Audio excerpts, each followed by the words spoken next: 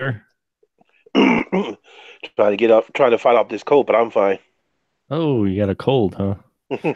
Yeah, that's never fun. Mhm.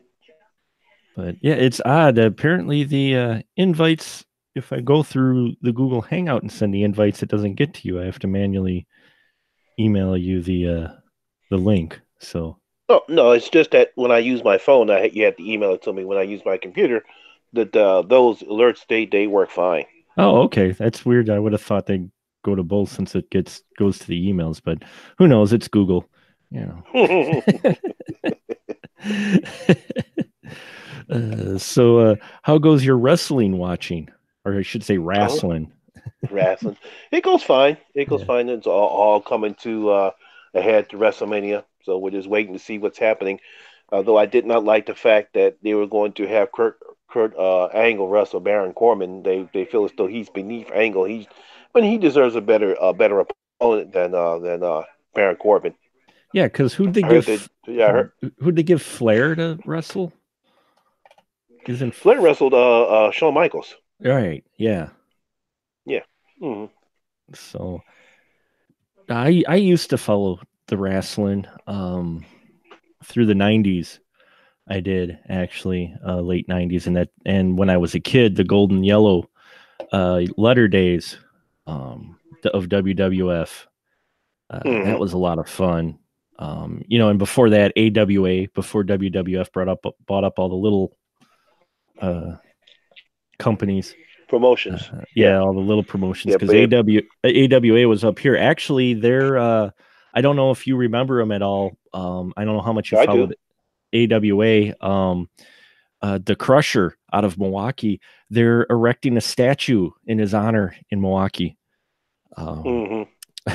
so they're gonna have the Crusher Day. They're erecting a statue and they're gonna have all kinds. It's gonna be almost like another Polish fest. So Yeah. Well, that's nice. yeah, so well, I mean, wrestling. I mean, it's still pretty big up here in Wisconsin. The independent circuit's actually grown. It's kind of fun to see Yeah. those grow. I know a few guys who are in the ones in Virginia and seeing their videos and that is a lot of fun. So Yeah, there's this new promotion called All Elite Wrestling. I think it's called AEW. yeah, Well, I saw a buzz about that. yeah, supposedly, if they do things right, they're supposed to be the next competition that McMahon's supposed to get. But everyone thought about that with TNA. Yeah, When TNA, yeah. TNA hit the scene, everyone's saying, "Hey, Vince McMahon, your new competition's here." And unfortunately, they ran that into the ground. Yeah, that is you unfortunate. know, it's yeah, it's supposed to be being run by the brother that owns the Carolina Panthers. Really? Huh. Yeah, yeah. Yeah, but it's nice. Yeah, you may have the money, which Right. is good, but if you don't know how to, even you have any idea about how to run a wrestling show or business, you're gonna fail. Yeah. Yeah, I mean, I still think McMahon took the wrong turn by completely absolving WCW at one point.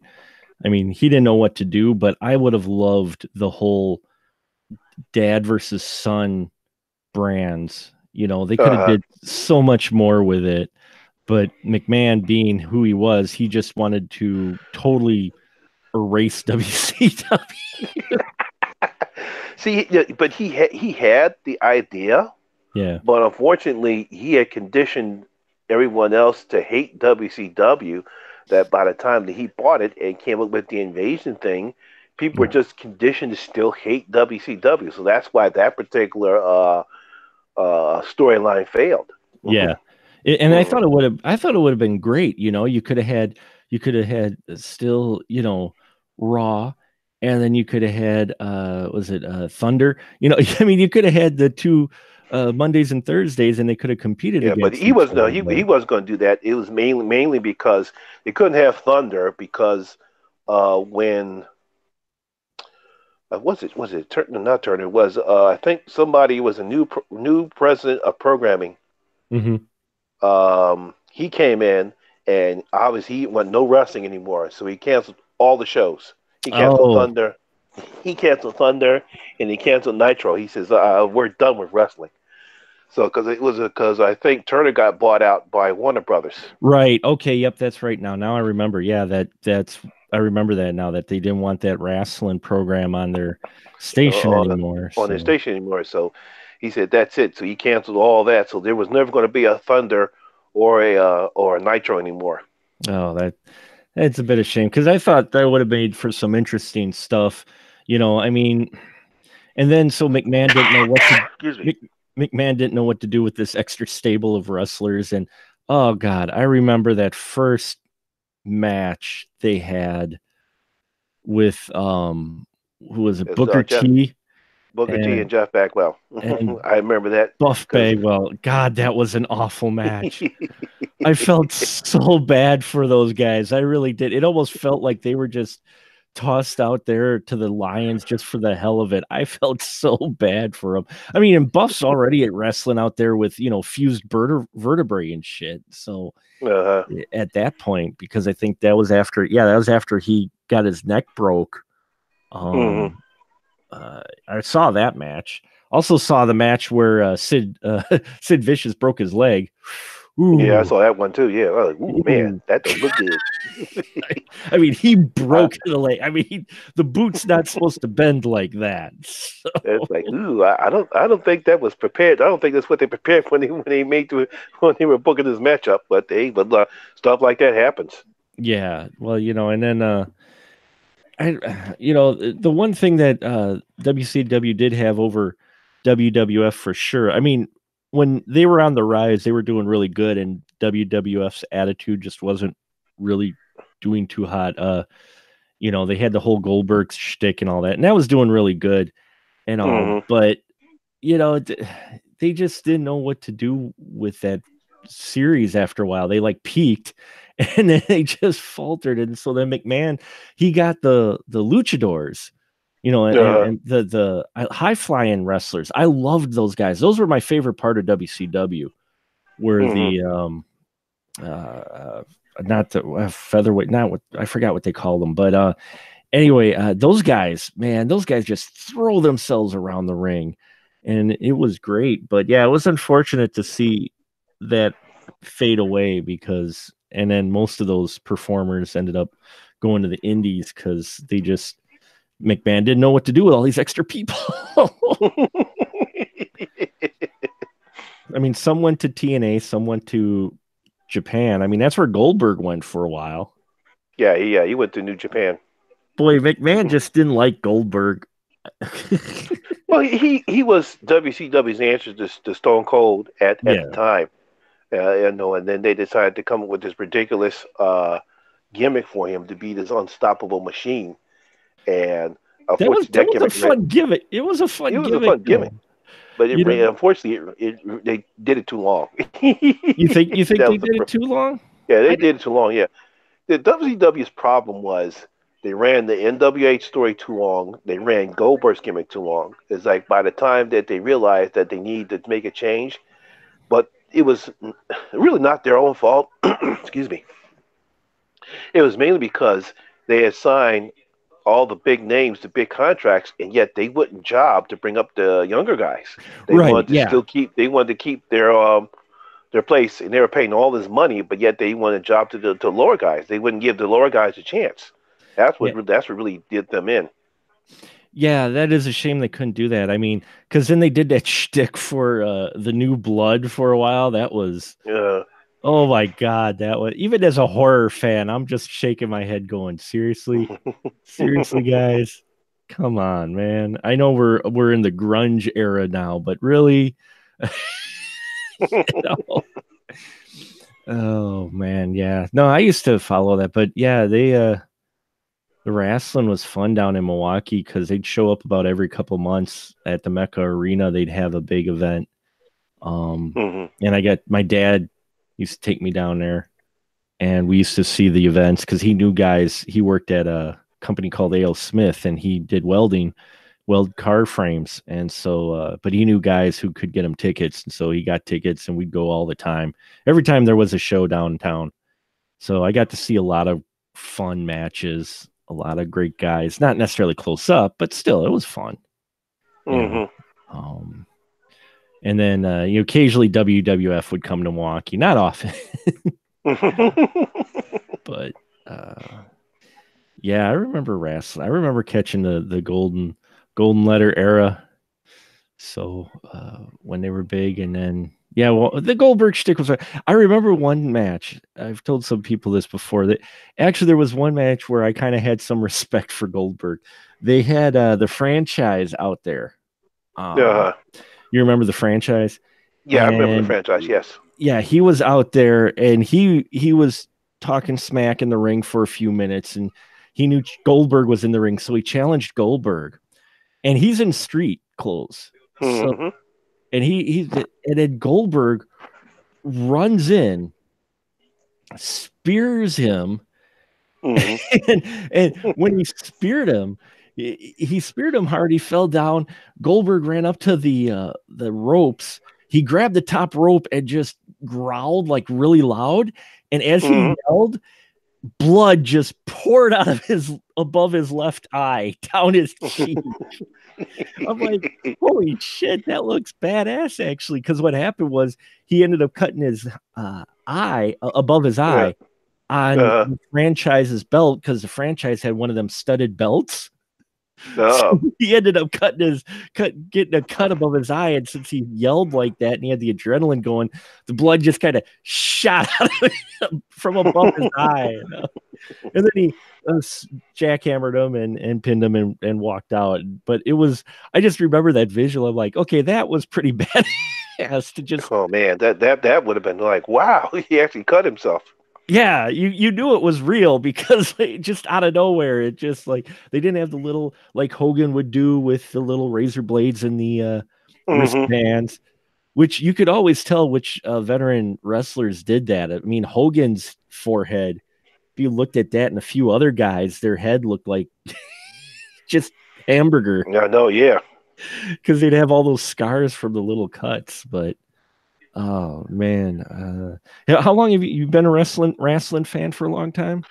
Oh yeah, since I was little. Because since being living in Philly, they all, this was the back when his father ran it, the WWF. This was their territory. Right. Boston, New York, Philadelphia, parts of Jersey. This was their territory. So it was always on. So I've been watching wrestling since I was little. Nice. Since excuse me. But no, as I got older and I start watching, the NWA, I know about the AWA, sure. Smoky Mountain, all the other territories. Yeah, it was. So I never limit myself to just watching McMahon's promotion. No, you could. There was a lot more talent, all the way around. But you know what I kind of like, because my wife got me the WrestleMania DVD set, WrestleMania 1 through 5, which are the only ones I need. Because I've watched the WrestleMania 3 one just a few times, because I remember seeing the pay-per-view live. My dad's buddy, they paid the $50, because that was when you had like one pay-per-view event a year, or just a couple,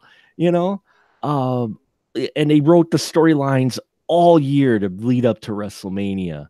Yeah, and I remember WrestleMania 3. That is just a solid program from start to finish. But it's got the the Ricky the Dragon Steamboat Randy Macho Man match with the most falls in it. That's still considered a classic. God, you watch that thing and you're just like, holy shit. It's like, damn, and then it was always fun watching the Piper and Adrian Adonis match, his quote unquote retirement match, because he was going to be a full-time actor. That lasted not too long. But what I remember about that one was after he won, because that's where Brutus the Barber, well, you know all this, but Brutus the Barber became the barber because he helped him cut his hair. my favorite part of that was the one guy who gets tackled by security. Mm-hmm.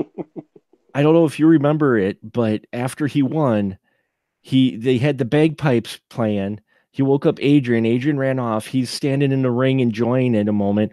All of a sudden, this guy comes running out of nowhere, and Piper and him do a do-si-do in the middle of the ring. Then Piper crawls off stage and heads down the ramp. And if you look in the background, there's about 8 guys in the ring on top of this.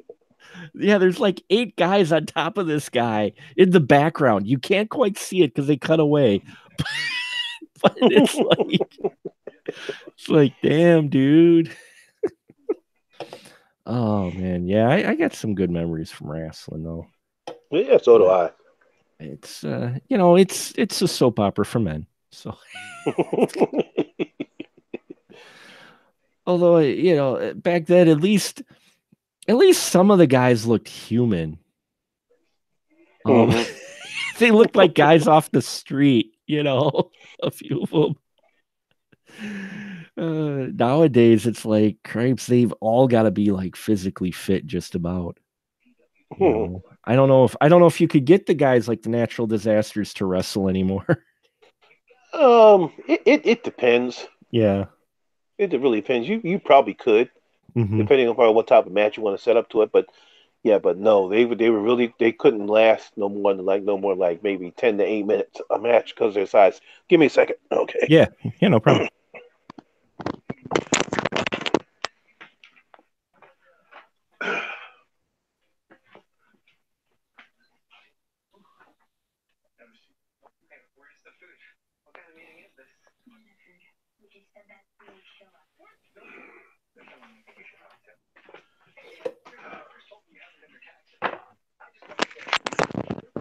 Yeah, sorry about that. No, that's okay. I apologize. You know all this wrestling stuff already. I don't know why I'm describing this shit. You know all this shit. Oh, I apologize for that, man. Nah, don't worry about it. All right. So, we'll get rolling on this. And then Andrew says he'll join in when he can. Okay. But we'll roll on this because I know you're on unlimited time. So just a quick thought. Did you get to see Shazam early? No, I did not get a chance to see Shazam early, no. I didn't either. I saw a number of people. I'm like, yeah, no, I saw a lot of people. People had already seen it already. So I said, oh, well, it's good for them. Well, they did one of those goofy things to where they did the you could see it early if you belong to like Amazon Prime or some shit like that. But I thought it was another one, not Amazon Prime. It was another one. It was another. I don't think it was Amazon Prime. Oh, it wasn't this time. I forgot which one it was. But anyway, I'm like, yeah, it's one theater across the state that's doing that event. I'm like, would I burn up in gas? You know what? I can wait. Like, I'm not driving 2.5 hours to see Shazam 2 weeks early. I'll just wait. Yeah, me too. Don't get me wrong. I love movies. And I've driven distances sometimes to see a film, but that much, I'm like, on a wide release film, nah, I'm good. I can wait.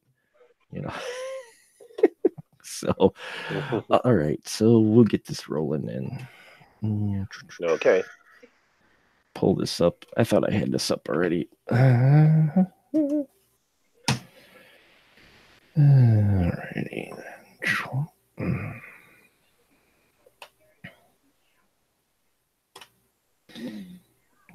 I hope I can pronounce names right because I'm horrible at pronouncing names. What the hell is this?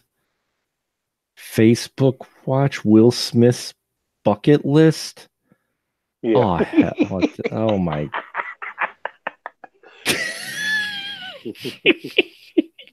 We've got too many media outlets, man. Everybody's trying to fill time now. Yeah. We're just grabbing anybody. All right. And welcome, my friends. Yes, my VIPs, you voted on it. And so here it is, the episode you voted for, which is on Jordan Peele's Us. Yes, we've got 5 on it, and we're getting good vibrations tonight. As I have joining with me the horror miser himself, it is Mr. Lamont. He is back with us. Hello, Lamont. How are you doing tonight, sir? Hey, well, welcome back. Well, I'm glad to be back once again to talk about a pretty good horror movie, Us. Yes, I think it's surprising number of people. There's lots of talk. There's interesting, as always. It seems like now with our horror community, a very a diverse opinions on your latest modern wide release horror film. But yes, Jordan Peele's Us, 2019, and he wrote and directed this. And Lamont, did you want to try to give the synopsis of Us? Well, basically, it appears as though a family is going on vacation in the lake woods, and all of a sudden they're now confronted with a family that is actually exact duplicate copies of themselves. In a short sense, they're doppelgangers, and now they have to try to survive this nightmarish world that they just found themselves in. That's basically what the premise of the movie is about. It is. It's pretty straightforward. And there's nothing too complex about the core story with this. But there's, of course, other nuances and things going on in the film, which we're going to discuss throughout. And we may be joined by Mr. Andrew Shearer later to help join in the discussion. But so, Lamont, what was your initial impressions? I saw your review, but some of our listeners may not have caught it. So, what were your initial impression with Us? Well, the first thing I want to do is I'm not going to compare it to Get Out because they're two different films, and I wasn't going to try to do that. Thank you. I thought the film, yeah, I thought the film was good. Obviously, Jordan Peele knows how to direct. He knows how to at least bring some good horror elements into his films. Acting obviously was great. Lupita Nyong'o was fantastic. The fact that all the actors did a pretty good job because obviously they're playing dual roles. So yeah, so I really did enjoy the film. Of course, I was, excuse me, I had some problems with it, as you saw in my review. We'll talk about it later. But overall, it was a pretty good horror film. Not as good as Get Out, but definitely Jordan Peele will probably get some more good vibes in here, and I'm looking forward to his next project. Yeah, I'm liking the direction to seeing where he's going. I mean, Get Out was such an impactful film for so many people. I thought it was phenomenal.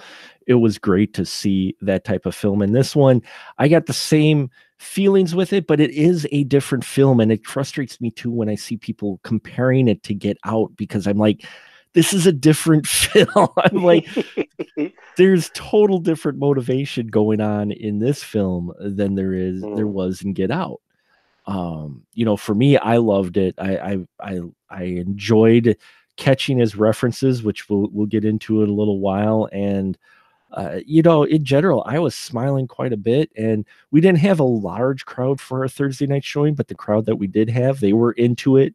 You could tell they were getting into they laughed when you wanted them to, and they were kind of scared when you needed them to be.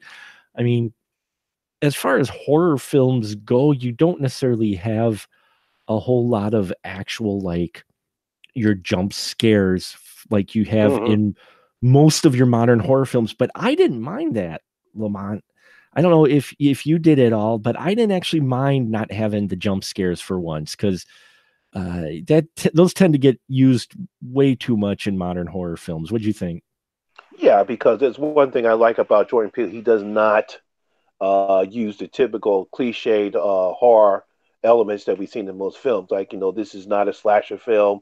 This is not your home invasion, although some people might think this is just another home invasion picture, but no, it's not a invasion picture. To me, this is more of an extended episode of the Twilight Zone. That's basically one of the jobs I got from this. Yeah, and it's not necessarily a bad thing because Twilight Zone is a great show, but Oh yeah. it definitely had the Twilight Zone vibe to it because you don't have what has become commonplace in modern horror films. You don't have a number of those elements. You have a little bit more old school Tales from the Crypt, Twilight Zone, you know, uh, uh, outer limits type of feel to this film almost. And I enjoyed the older school feel to it because I tell you, I I've been so tired of modern wide release horror film. That's why I usually turn to the indie stuff, because I'll sit there and when I get my first jump scare in a modern film, I'll start counting. What, anything more than 3, and that's excessive, man. I think I counted the gallows had 13 of them. Oh, and it was only like a 90-minute film. Yeah, that's the one thing. When you have a horror picture that relies too much on jump scares, and not just regular jump scares, I'm talking about fake jump scares. Mhm. That means is that either the writer wasn't imaginative enough, or the director just couldn't bring enough tension into the film that it did know that they had to rely on fake jump scares. Yeah, I dislike fake jump scares even more. Oh, look, it was the cat. It wasn't the actual bad guy. Oh no, wait, now here's the bad guy. Oh, come on. At least we don't get that in here now. I enjoyed how he wrote the family. I mean, what'd you think of the core family we have in here, the Wilsons? How'd you think they act? Because sometimes in horror movies, for sure, all the characters kind of feel like really cliche, but I felt like they kind of felt like a natural family. How'd you feel about the family, the way they were Yeah, written? yeah, that's one thing I liked about the film was the family. They weren't the typical horror tropes that we've seen throughout. They were a typical average middle American middle I guess you could say middle class family. Hmm. You know, you had the daughter, she was all, modern daughter, all she does is have her iPad or whatever they call it and blast music they're on. You had the mother, she's more serious. And then of course you had the father who's laid back and cool. You know, not your typical hard tropes. you know. No, no, the clueless dad. Yeah. I kind of, in all honesty, I kind of connected with the clueless dad. hmm Winston Duke playing Gabe Wilson. I liked his performance in here, but I mean, I think we can definitely agree that Lupita, who plays Adelaide Wilson, and her counterpart Red, this is her movie. I Oh mean, yeah, yeah. not just because of the way it's written, but her performance. I mean, how'd you feel about her, especially as Red? Oh yeah, yeah. It's amazing how you see two different characters played by the same actors, and you see first as Evelyn, and she's first we see that she's going through some trauma. She's Right. fearful. She's suffering from PTSD. She's nervous. She hasn't been here in a while, and she's like, "Oh shit, I'm back here again." So, and so we see her character arc where now she becomes more of a stronger character. She defends her children.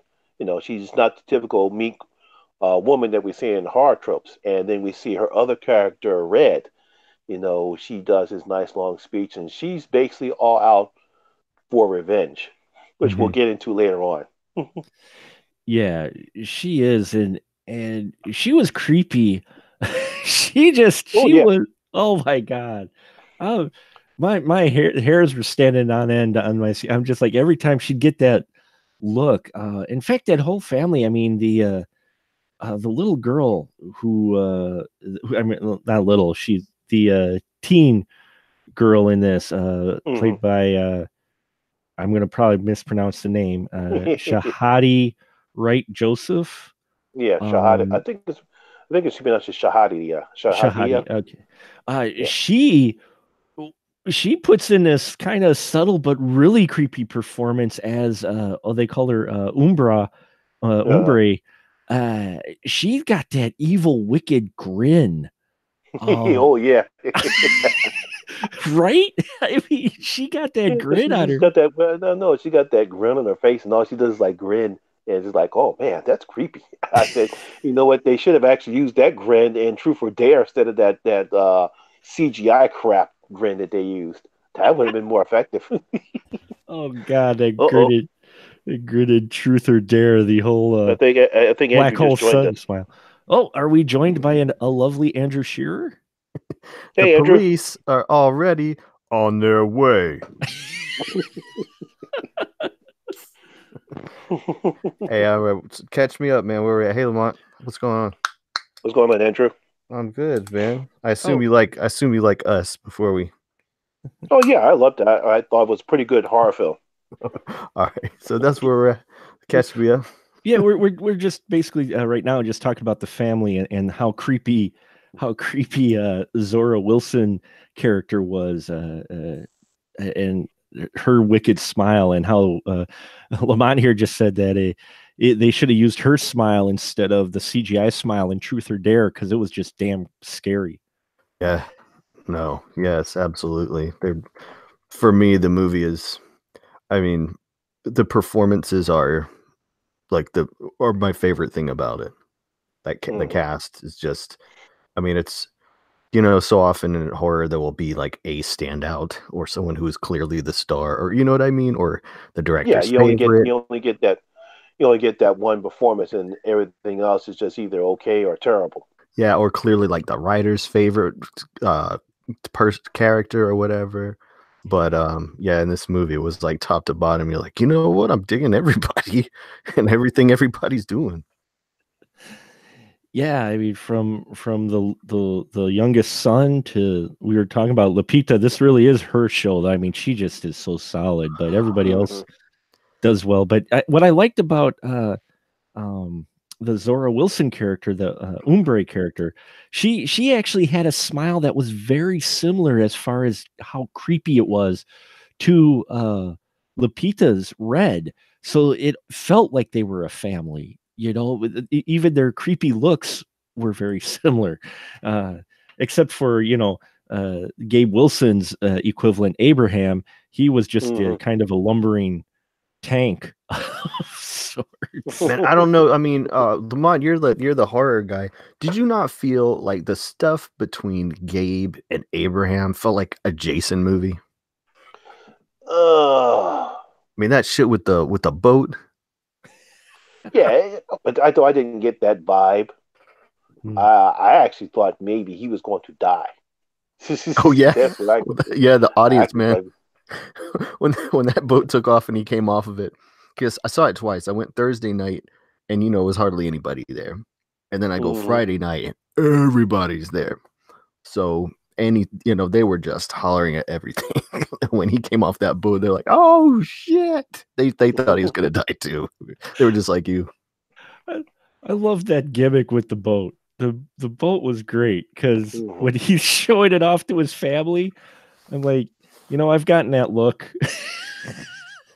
I mean, y'all talked about Lupita Nyong'o, I'm sure, but what about Winston Duke, man, playing so geeky like he did? Yeah, actually, it's funny because when I actually did a live stream earlier today, and one of my friends forgot that he was actually Boombaka in Black Panther, which is a totally different character. So it was nice to see him play against type, playing a nice laid down back dude. So I was like, that's pretty good. Yeah, he and Lupita Nyong'o had actually gone to drama school together. So, but that was my first time seeing him as well. Was in Black Panther, and so, I would imagine him being more like, easier to do Abraham than doing this guy. But I bet you his real life personality probably closer to Gabe. I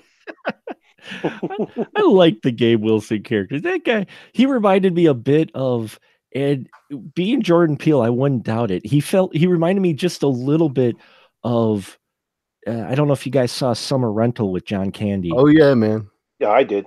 He reminded me a little bit, not as goofy as John Candy, obviously, but the spirit of him is in there. He's just there. He wants to have a good vacation, man. He's just like, how bad he wanted to go to the beach, pouting about it and shit. Yeah. Oh, the guilt trip he laid. The whole audience laughed when he said, the kids really, they're going to be disappointed we don't go to the beach. Like, I guess we could cancel.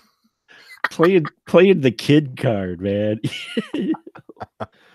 He was so good. That's what I'm talking about. Just, you really like everybody, That's the thing. This whole family, you like. The kids aren't annoying. They aren't overdone. Lamont and I were talking about that earlier, how this is a really well written family for a horror film.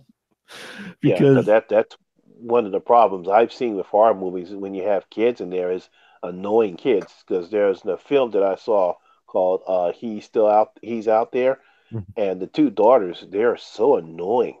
This is like they whine, they cry, and I kind of understand because you put them in a situation where they're probably not used to, but they could have done a better job about making them annoying. And here, kids are annoying. Well, don't you think like sometime with horror movies where they make somebody annoying or a cardboard cutout or a stereotype or whatever because the writers like they know they're gonna kill that person, so they either want to make you the audience like want to see them die or not care whether or not they die. But Get Out's like the reverse where they want you to be upset of them possibly going to die. Well, I get that point because in The Gallows, I think the one character, he was so annoying. It's like it was so glad when he got killed, everyone was cheering. Right? I've seen that happen a lot. Yeah, I think they were cheering when I watched The Gallows too. That the one guy, he was just so Yes, and y'all have seen way more new horror movies than me. That guy, he was annoying. He was just a total prick. Yeah, somebody kill him. Yeah, it's not often you actually get a group of individuals you don't want to see something bad happen to. But in this case, he structures it at least enough, and we get enough time to breathe with the family that you like them all. I mean, even when the kids are doing kid things to each other, that felt natural. It didn't feel too overdone, like the sister trapping the brother in the dark room. Like, feels real. Yeah, it felt like a real relationship. The people around them, I think, felt a little overdone, but I think that was important because we get the beach scene because we're introduced to Adelaide in the beginning as a kid, and we get to see some trauma that something happens. We know bad happened to her while she was down at the beach, and now being an older woman, she is scared of the beach, but she goes down to the beach to visit their friends who while we have the Wilsons, who are completely not your horror trope stereotypes, the Tyler family on the other hand was. They were, man. Isn't that great to see the white people be the stereotype and be the friend? Like, I was just over the moon about that shit. I mean, he hit every cliche in the book. I mean, she was, the mom was a heavy drinker. Yeah. The husband wife don't have a great relationship. The two kids, two daughters are just, assholes. They're just stuck up to, to Zora's character. I mean, Levant, what'd you think of the friends they meet at the beach? Oh, the Tylers. What can I say about the Tylers?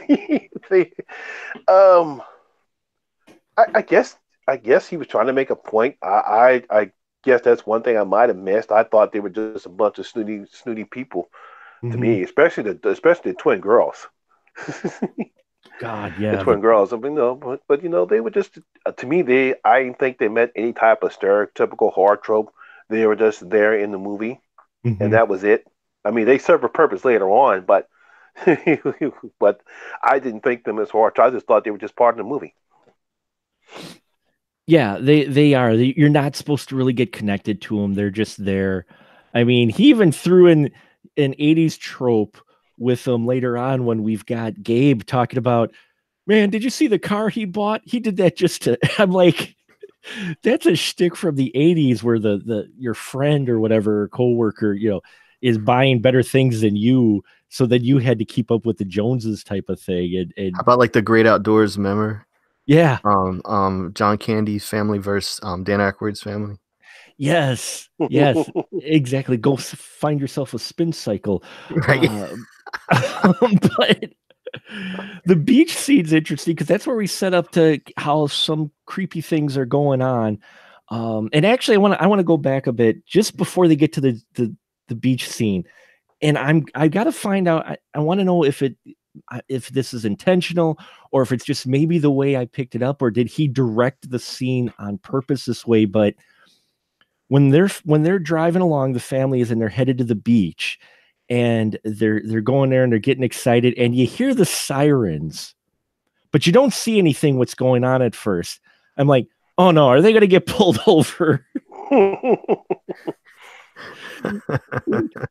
Is that just me? Is that wrong thing? But I mean, because we hear the sirens before we see anything bad happening, and I'm like, oh no, don't tell me they're going to get pulled over and you know, and they're going to get harassed, you know, while in this beach town. You know, because you know which scene I'm talking about, right, Lamont? Where just before I know what you're talking about. Yeah. That did not even come into mind to me at all. So I'm a horrible person then, or no? I thought for sure that maybe that's what was going to happen, you know, because of just the way it was directed. But Andrew, am I a horrible person in thinking that, or? Man, I mean, I don't know that necessarily was done to like put your head there, but just knowing like just the way that Jordan Peele's style is, to where he's all about dropping all kinds of stuff into the movie that will pay off later, and you don't even realize until you see it again. That was probably deliberate in some kind of way, just not maybe like that. But to me, the genius of the movie is like you get what you get from it. You know, so it's not about trying to figure out what he meant. It's about like what do you think? You know, because like remember at the end of Get Out where the police come. I mean, tell me what's the people in the crowd thinking is about to happen with the police? You know, I mean, it's you know he's talking about like the way that Night of the Living Dead ends. You know, he was playing with that. So I got no question about whether or not did that mean something. It's just more about like what did it make you think? Right. So I don't think you're necessarily right or wrong. You know, you would have to ask him or wait for the commentary. I'll wait for the commentary because he'll lay it all out, man. On the Get Out commentary, he lays everything. He explains like everything. Cool. Well, yeah, we'll definitely have to listen to that. But yeah, the guy they see taken in the ambulance who's just tore up was a bum that Adelaide had seen when she was a kid. But then we see the same bum on the beach just standing there, and her kid Jason nearly goes up to him, and he's bleeding, and at first you don't realize why the guy's standing there, and you almost forget why he's, you know, that he was standing there still until later on in the movie. What did you think about this sequence, Andrew, on the beach with Jason and walking up to the bloody hand guy, and the fact that he had the Jaws shirt on?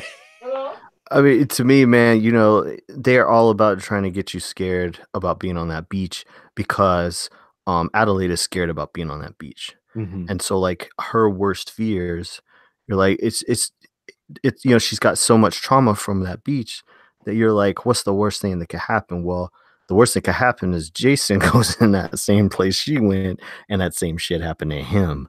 So it's all about getting you to anticipate the absolute worst. But I don't think that Jaws shirt was an accident either. He is so trying to play off of people's putting you back in that area of where some scary shit is about to. I was like, don't forget the beach is not a cool place. What about you, Levi? Do you think the Jaws shirt Jason was wearing during this kind of very scary moment for Adelaide, do you think that was kind of intentional as well? Kind of reminder that the beach is a scary place besides the bleeding bum? Actually, no, I didn't really think that at all. I think it was just a Jaws shirt, just to let everybody know this was during the 80s. Sure. Yeah, that's the only thing I got from that. You know, you have the Hands Across America t-shirt. There's a lot of references that he puts in there to make everyone know this happened in 1986. So that's where I got that from, which is, hey, look, it's still the 80s. You know, you got the VCR, you got the way they're dressing, you got the t-shirts. So all I felt was, say, oh, well, he's just trying to make sure that everyone knows this is happening in the 80s. Well, I thought it was in the, she happened in the 80s, but the events were taking place in modern time. But yeah, you're right though. The creepy guy, it is a link though to the guy in the beach and his Jaws shirt, and that there is a link to the 80s, which was kind of part of the twist that I know we're going to jump around a little bit, but I just want to bring up the twist now because it was the one thing that I didn't mind but I sure as hell saw coming was the fact that Adelaide and Red, that whole thing they did with her character, and yeah, I kind of saw the twist coming where it was reversed because her character, and there's hints all the way through though that's happening where I don't think we're really supposed to be surprised, because Adelaide, while she's protecting her kids and going through and killing people, there's hints of her making noises or gestures or facial expressions that resemble not just the doppelgangers that are chasing them, but we soon find that there's doppelgangers for everybody. And you know, I think they drop hints throughout that she may be not the original Adelaide, but the doppelganger who switched places. I think he throws hints throughout to where by the end, while I wasn't surprised, I don't think you're supposed to be. What do you think, Lamont? Do you think you were supposed to be surprised, or do you think there's maybe enough hints along the way that he gives you that if you pay attention, you're just like, oh yeah, okay. I guess it's just one interpretation of how you see the movie, because you know, when I saw that scene in the beginning of the picture, and based upon the trailers, my first reaction is she probably switched places with her. So that part didn't, you know, that I saw that coming within a mile away. So that really didn't bother me.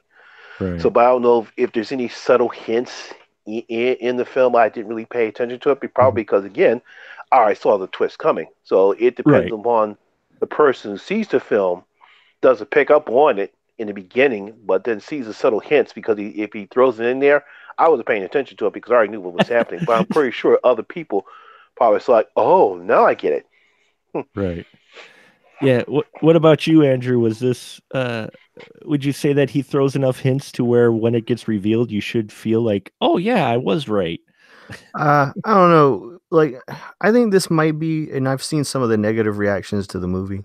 I think this might be the prime place where people got it fucked up about this movie, and got it fucked up about Jordan Peele too.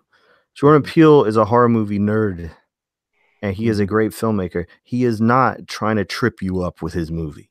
Right. He doesn't think he just got away with some clever shit. That is not where he is coming from. This is just the story he's telling and the way he decides to tell it. The whole point of it, I think, is the questions that it will lead you to ask after you've seen it. Not about like, oh, I knew the whole thing was going to be. He wasn't necessarily being subtle. You know what I'm saying? Like, you know, I don't think that was what he was trying to get you. And people just been like so used to like pedestrian ass filmmaking, or filmmakers that think they're clever. You know, like how we talked about Glass, we talked about Shyamalan, how it was shitty for them to build this guy's career off of like, yeah, that's just gonna be a twist. That's not a way to watch a goddamn movie. And that is not what these people are trying to do. The thing is, you know, the whole way of it is, once you know what happened, the way your brain starts going backwards and trying to figure out motivations and shit. That is where it is. It's on the afterwards. It's not necessarily about, you know, you have an entertaining experience. Even if you don't like care about none of that, you'd be like, man, Us made me laugh. Us made me jump. Us made me cheer.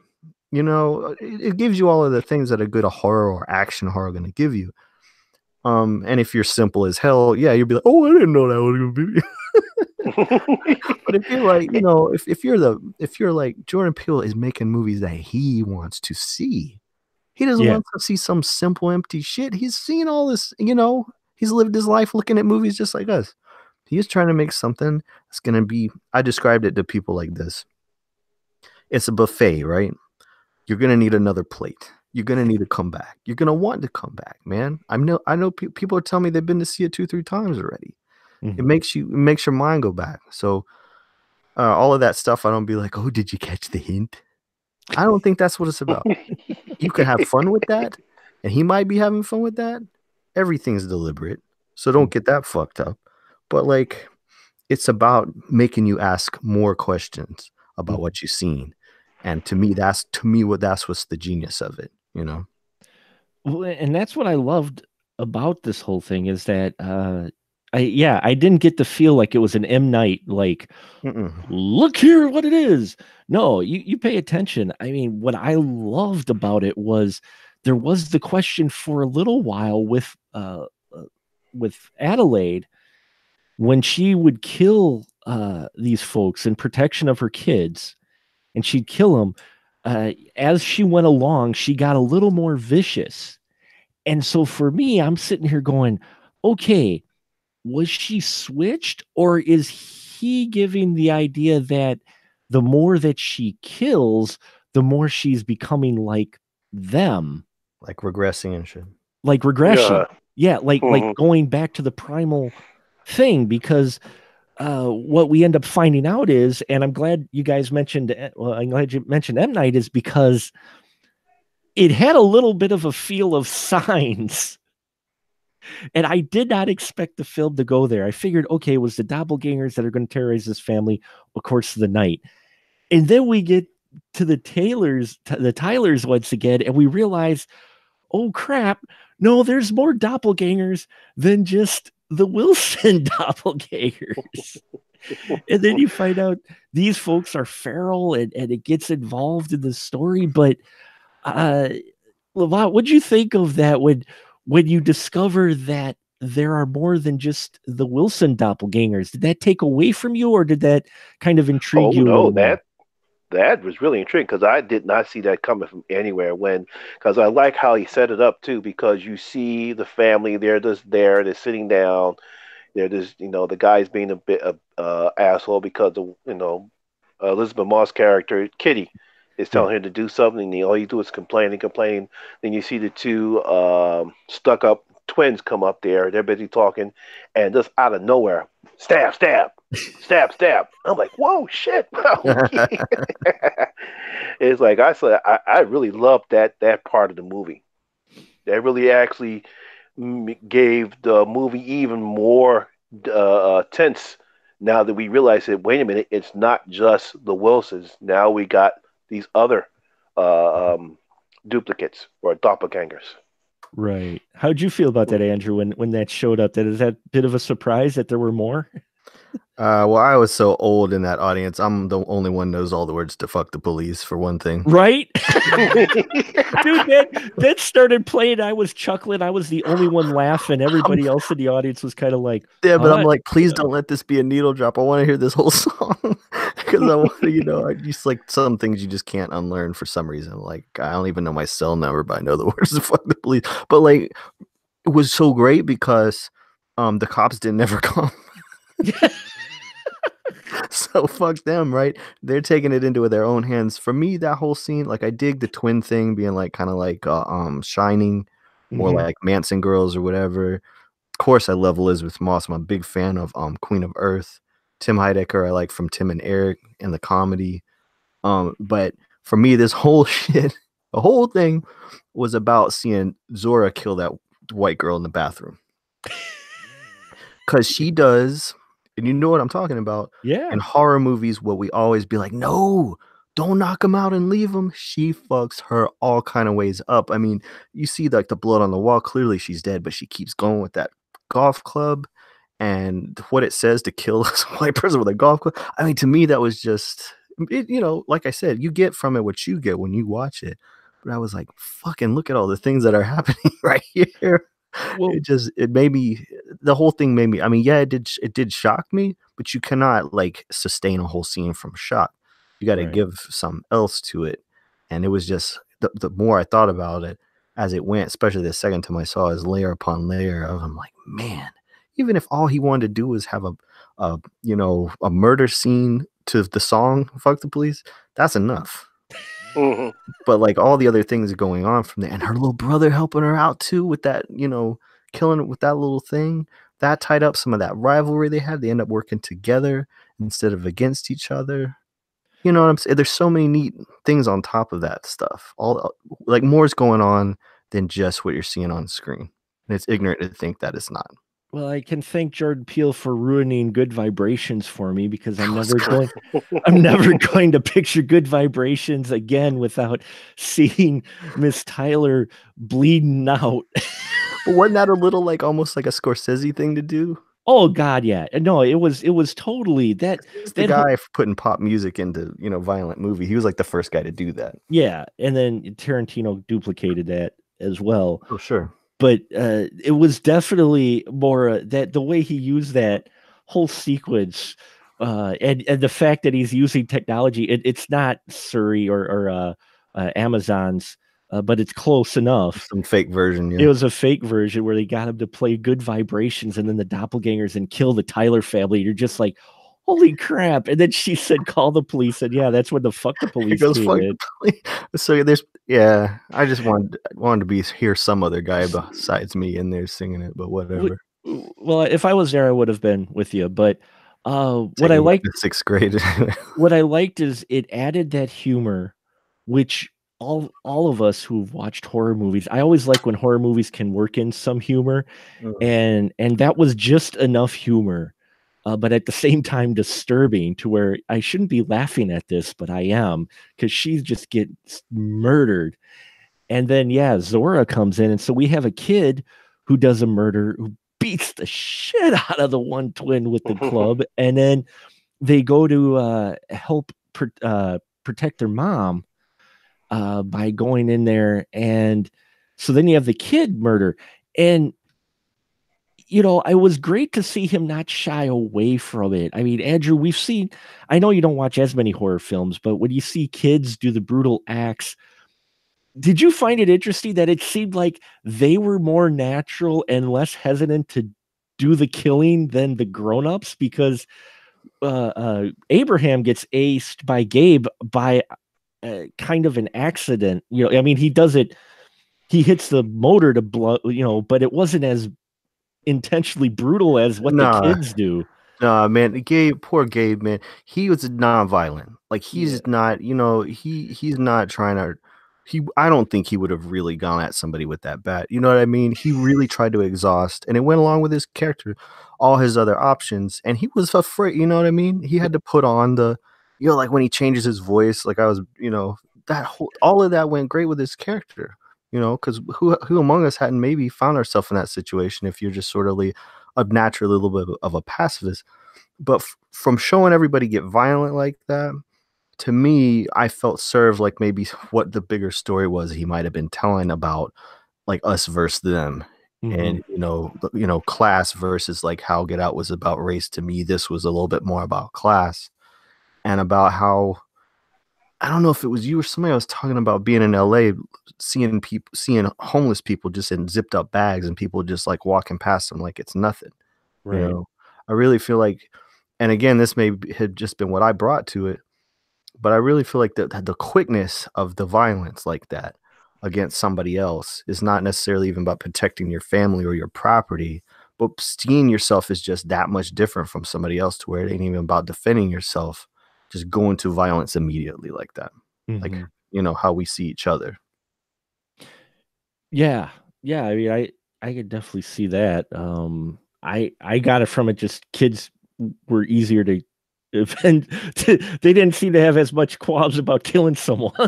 I mean, they seeing their parents do it, right? I mean, they're just doing it or whatever. But so it is disturbing. I mean, the audience will cheer, but that's also, them telling them themselves too. Like the older I get, the more I seem to have a problem with like violence for funny. You know what I'm saying? Like or violence as entertainment like that, like cheering of a death. And I have to admit, the crowd was digging when she was given the business with that golf club. But, when you reflect about it, when you're not in the moment, like watching a horror or action or whatever, you start to think like, I don't know. Did y'all read that essay about Commando where they analyze Schwarzenegger's character as a psychotic person? No. I never heard about that. Man, I'm telling you, it's so good. It's so good to read if you're familiar with Commando, because it really like tells you about like that hero is basically like a nut, like a fucking violent, murderous, psychotic nut. And if you really look at it, you think about it,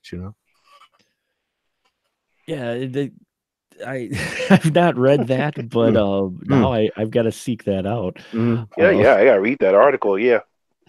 But Lamont, how about you? Did you get that vibe of the kids almost easier for them to kill someone than possibly the adults? I think that's one of the parts I enjoyed about the film is that the kids, especially Zora, Yeah. as I say in my review, she becomes sort of a badass by killing the girls with the club and bashing them upside the head. So yeah, it's like sort of like on The Walking Dead when the kids have to be have to do the things necessary in order to survive in this world. So I didn't have a problem with that. Mhm. Either you're going to do what you have to do, or are you going to die? Yeah, and the gist I got of it too was I liked it because we've seen it, and I keep going back to it, but we've seen it in other movies before to where there's a little bit more debate or whether or not they don't actually, as Andrew I think said it, where they don't give the final kill shot so the person might actually come back, Hmm. wake up later. No, she makes sure they're dead because Yeah. it didn't take long for all four of them to realize these aren't at least people that we want to keep living or deserve to be living. No, we're just going to kill them because they're going to otherwise kill us. And they come to that decision fairly quick and don't hesitate. Once that decision's been made, which was fairly quick. I mean, I guess you'll get that when you're faced with your psychotic self in your house. Hmm. But but yeah, you're right. Zora ends up being the unexpected badass in this. I mean, you find out she's a runner, which plays into it later on in the film, and then she gets that great line to where they get in the car after they dispatch the Tylers, and even the kid Jason, he got to kill someone to help save the mom, Hmm. which that whole sequence was a bit creepy with them in the background doing the somersaults and shit. Hmm. That was creepy, but she gets that great line where, "Nope, I've got the most kills." And they have that conversation about who's killed the most people. I like how they had Elizabeth Moss, because once later you find out who, that they mimic the behaviors of their doppelganger, Yeah. how she fucked with that whole plastic surgery facelift thing by taking that scissor to her cheek. Oh God, Hmm. yeah. I was like, oh what? Oh, that's right. Just just a little extra. You know what I'm saying? There's so much of that type of shit in it. It's hard not to take joy, in that. Because clearly they were making it. Well, yeah. I mean, he sets it up so you're you're being entertained, and yes, and you're kind of taking joy in the deaths of the doppelgangers. And as like I said, we find out soon as the Wilsons do that these doppelgangers are for everybody, and they're running rampant through the town. And yeah, we had, let's see what they dispatched Abraham, and then they also dispatched who Umbre, um because what didn't they run her over? Yeah, it ran her over. Yeah, yeah, that Yeah, Oh was yeah, something. oh yeah, no, she hopped on the her van. That was a great sequence with the car and and Yeah, her that her. being was a on great that sequence. her being on that tree and smiling, you know, Oh because of how like what does Red say about she came into the world laughing or smiling or something like that? Like everybody dies the way that she says they were born, right? right, you're Hmm. right, they do Fuck, actually. right? Because she says that oh, what's the little boy's I can't believe I'm X, forgetting this not Jupiter, Jupiter. named after the guy Jupiter, from Pluto. yeah Pluto. I'm Pluto. naming other Hills Have Eyes characters, but Pluto said he was born from fire and then he dies from fire. Like Right. that great. Oh, that fuck God, Rob Zombie wish he would have come up with some shit like that. But so Uber dies, but yeah, you get that moment where they're faced with Pluto, who's been playing with fire the whole time, which is the equivalent of Jason, who's been trying to do this magic trick Mm, this whole time with sending the yeah. flame. And he's the guy that the kid figured out pretty early that they mimic it. Lamont, what do you think about this sequence where with how Jason dispatches his doppelganger? Well, you find out early in the film that the kid Pluto mimics his movements. Right. Yeah, so that's what he does in order to when he realizes that's what he does, so he does it to kill him. So I wasn't surprised about that scene. Mm-hmm. A lot of other people have forgotten about it. I didn't because when he goes in them, and when they're in the closet, they mimic their moves. Like he'll light a match up, and then next thing you know, he'll try to get him to light a match up, and he move it. Then you see the part where he takes off his mask, and then Judor takes off his sock, whatever it is, thing. So yeah, well, that part did not surprise me. How do you think that was handled, though, that directed? I mean, the fact that, Jason pretty much is like, yeah, I'm going to just walk him into the fire. And you actually had Adelaide kind of protest, no, don't.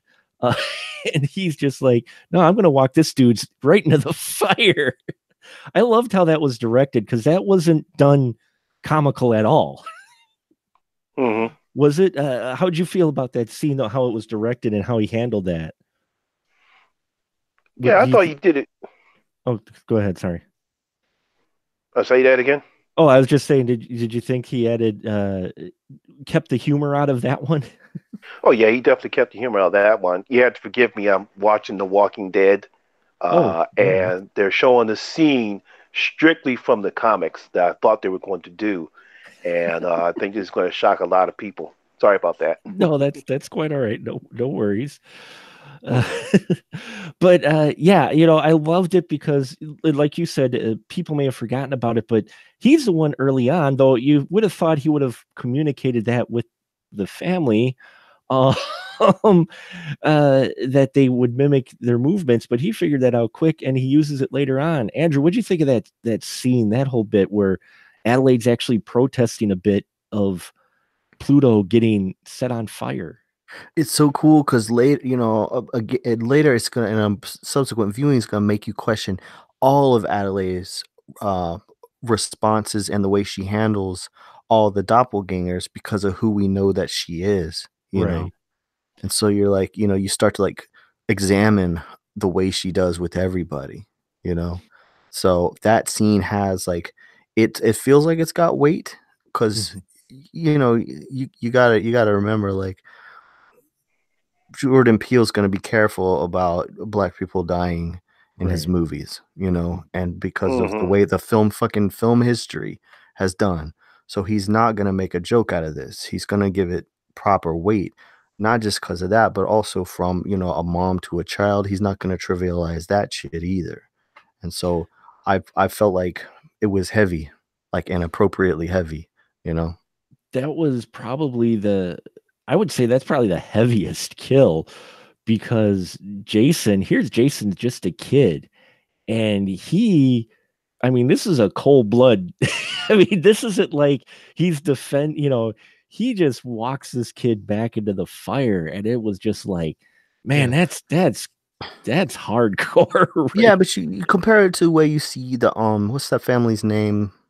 The Tyler family. The Tyler family, yeah. The way that their deaths are in comparison to the way these even though they're secondary characters, they're all like kind of funny. Like, I don't even think you see what the fuck happens to the dad. Not really. Not really, no. After you get that the road flare scene, which is funny, you just assume that Gabe's in there fucking him up, but you don't really see anything. So it's just, what I'm saying? Like, it's all, I feel like he's not playing with any of it. Yeah. It's all like this. You get this feel that it's deliberate, whether or not it's not about trying to figure exactly what he meant. It's just like, did it mean something to you? If it did, then he did right. Yeah. And I think it meant something to me that, with that, especially being a dad, having the kid do that, a boy on fire like that. It was just like, wow, that's whew. I'm like, holy crap. So then they're burned up once too by that face.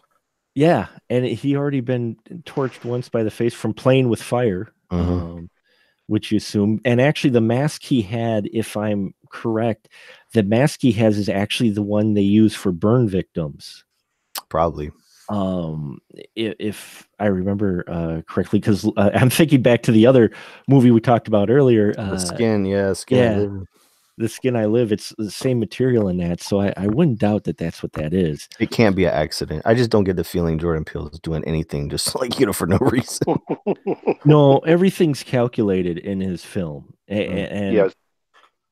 You get the same feeling, Lamont, that everything in here really is. I mean, it's not just a shtick. He's got it there for a reason. Yeah, I think he definitely wants to tell a different story. He's not there just to do any other types of horror. This is the type of horror he wants to tell. Something that makes people think, not just your traditional slasher or supernatural picture. He wants us to think, and he wants to also entertain, because he's also entertaining. But he also wants to have maybe a little small message in his films.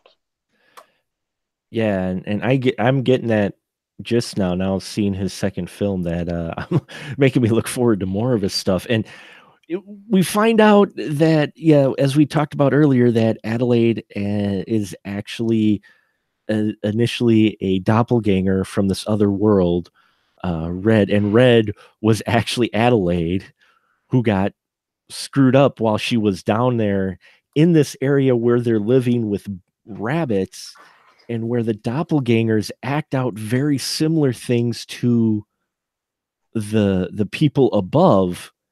And things really got surreal there.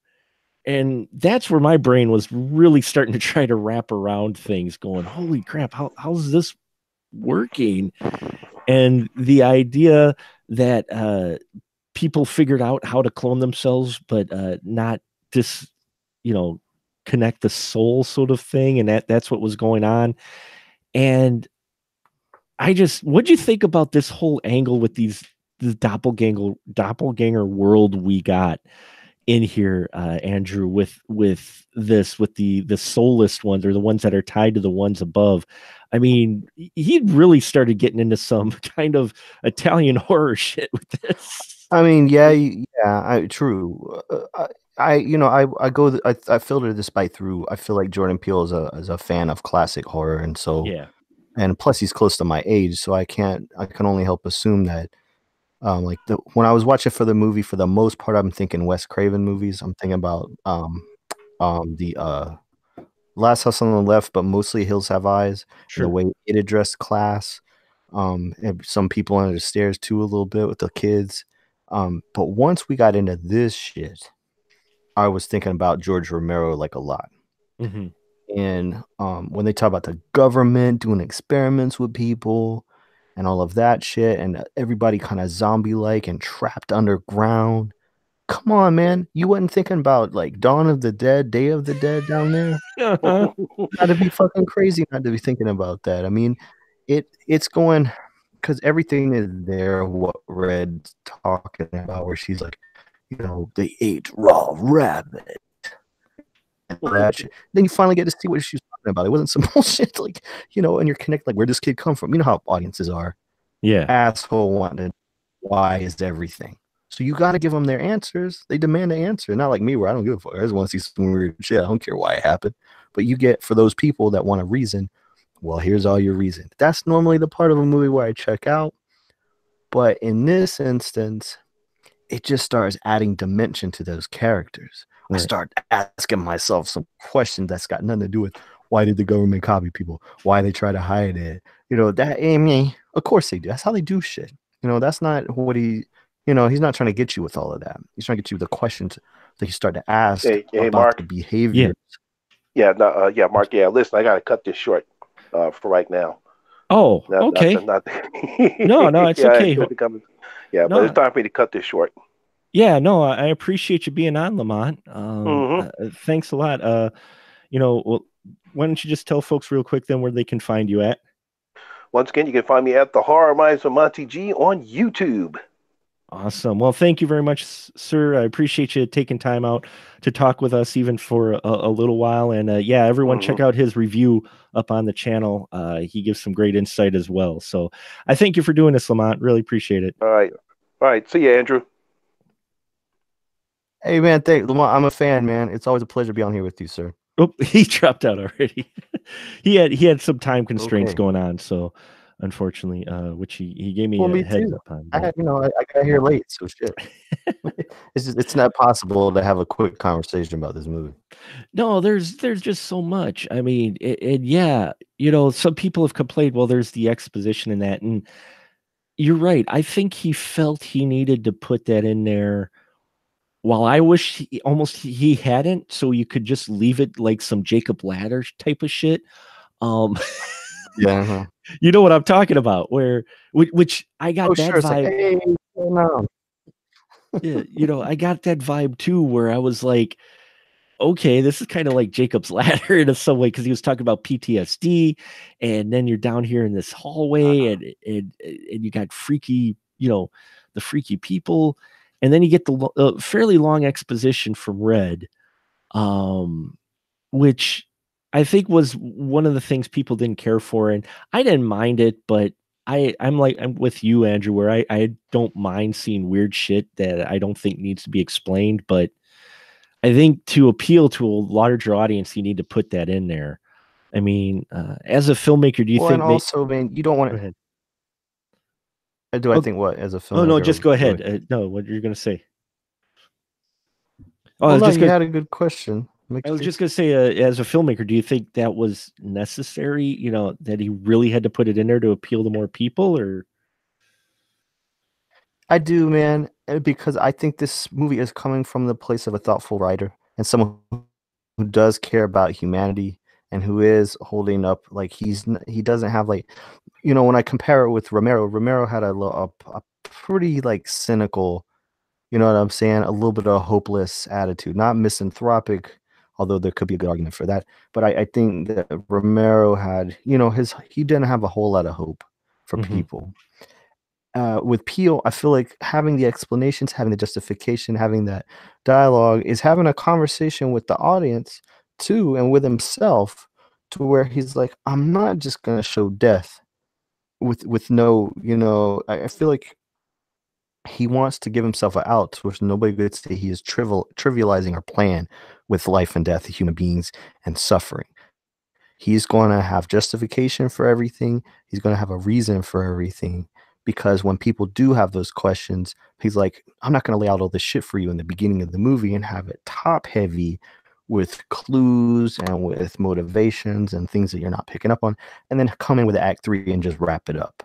Mm-hmm. He had an interest in finishing what he started. And I know you've seen a lot of movies where it's clear that the director and the filmmaker, the writer, everybody was done with their favorite part of it and was just going through the motions of Act 3. But instead, he was really like, he's bringing the whole thing home. He's, and in that regard, you give people something. They do. Yeah. I don't need it, and you might not need it, but I think Jordan Peele felt like maybe his characters need it, and I feel like he maybe owed it to those people who, are taking things at face value and just want answers. He's not going to leave you out of it. As he gets older, makes more movies, he may not feel the need to do that or feel the responsibility to do that. But it's in those kind of moments where instead of feeling like he owed it to people, I feel like he felt a sense of responsibility toward his story and his characters. Okay. Yeah, I can see that then. Yeah, the responsibility and why the motivation was there. He wanted to justify it. Plus, then we get this really badass fight scene between Lupita and Lupita, which was amazing. So good. Did you forget it was the same actor at any point? I totally forgot it was the same actor when Red first showed up in the living room and started talking. The way she walks, that voice, like she hasn't ever said a word in like her whole life, basically. Oh shit, that was good. Like people don't even know how good it was. Still, they don't know. She was two different characters, and I only saw two different characters. I did not see Lupita playing two different characters. I saw two different people on there. Yeah. And then at the end, like I said, there's a couple other moments, but especially at the end when Adelaide finally dispatches Red, she totally sounds like a doppelganger. With the whining and the grin and everything. And I'm like, dude, that was the surefire ending part to where I was like, yep, that is, she was actually the one down below and switched places. It was pretty kind. And what I love is Jason figured it out too. Yes. At that moment, he figured it out because she pulls him out of the locker and that kid's like, Mom, that kid was like, it's like, you know what? I'm going to just stay here. I'm good here, Mom. I'm scared of you. Yeah. And then you get out, you find out all the doppelgangers who have not been killed form the Hands Across America, because that's where the original Adelaide got the idea to give them all a purpose. From seeing it on TV, yeah. Because that was one thing she knew at her age when she was swapped with her doppelganger, and she gets put in that pretty much a hell down there for someone who was, coherent to the world, to be around all those people who are pretty much just zombie-like, and she militarizes them basically. And then uses the Hands Across the World, something that was supposed to mean peace and unity, means something completely different in this film, I think. I don't know. Did you get that he was kind of going for maybe a little bit of irony that these folks, these violent folks, are their motivation is doing the Hands Across America, which was supposed to be a thing about unity? I mean, it's also symbolic, man. Yeah. I mean, because Hands Across America, the money I think was supposed to be being raised for those people who do not, old enough to remember Hands Across America. This thing was a thing where you have to pay to be part of it. You pay and that money was supposed to have went to fight, I think, about like hunger and homelessness. If I'm not, I mean, I don't. Yeah, it was. I remember, and so if you're thinking about like class and the way the homeless are discarded, and things like that, having them form the fucking Hands Across America is an amazing choice. Mm-hmm.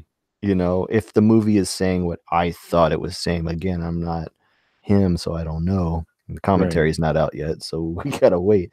But like, to me, I thought the movie was addressing, that was a great way to show that, because it's an example of an empty gesture. They didn't even get most of that money that in the real Hands Across. They didn't even get most of that money. Yeah, it was a weird gesture from back in that day, and I just thought it was kind of creepy and an interesting motivation.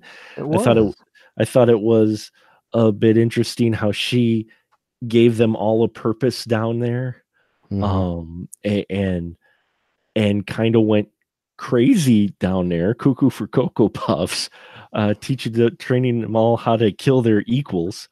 But I think there's a little bit of a statement there too. Jordan was trying to go for, with your inner self and a little bit about conformity too, maybe.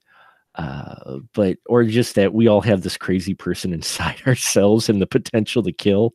Yeah, isn't it cool? The just where your head goes, and no one's reading too much into it. He's intentionally making a movie that leaves itself open to see, yourself in it, and to bring kind of yourself to it or away from it.